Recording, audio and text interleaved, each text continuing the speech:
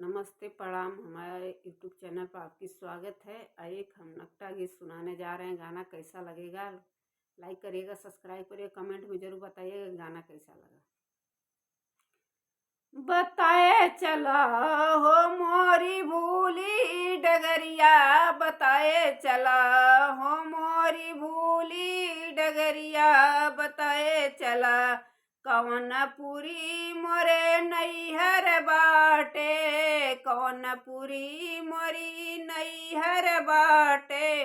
कौन पुरी ससुररिया, बताए चला ओ मोरे भूली डगरिया, बताए चला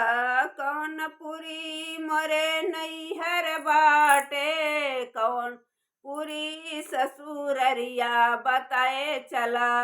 ओ मोरी भूली डगरिया, बताए चला हो मोरी भूली डगरिया, बताए चला जनकपुरी मोरी नैहर बाटे,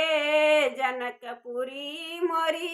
नैहर बाटे, अवधपुरी ससुररिया, बताए चला हो बताए चला मोरी भूली डगरिया, बताए चला हो मोरी भूली डगरिया, बताए चला के कर हऊ तुही बारी दुलारी, के करी हऊ तुही बारी दुलारी, के करी हऊ दुलहिनिया, बताए चला हो बताए चला मोरी भूली डगरिया, बताए चला हो मोरी भूली डगरिया, बताए चला अपने पापा जी के बारी दुलारी, अपने पापा जी के बारी दुलारी, अपने पिया के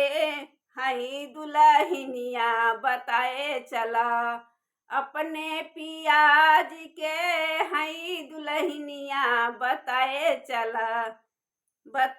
चला भूली डगरिया, बताए चला हो मोरी भूली डगरिया, बताए चला।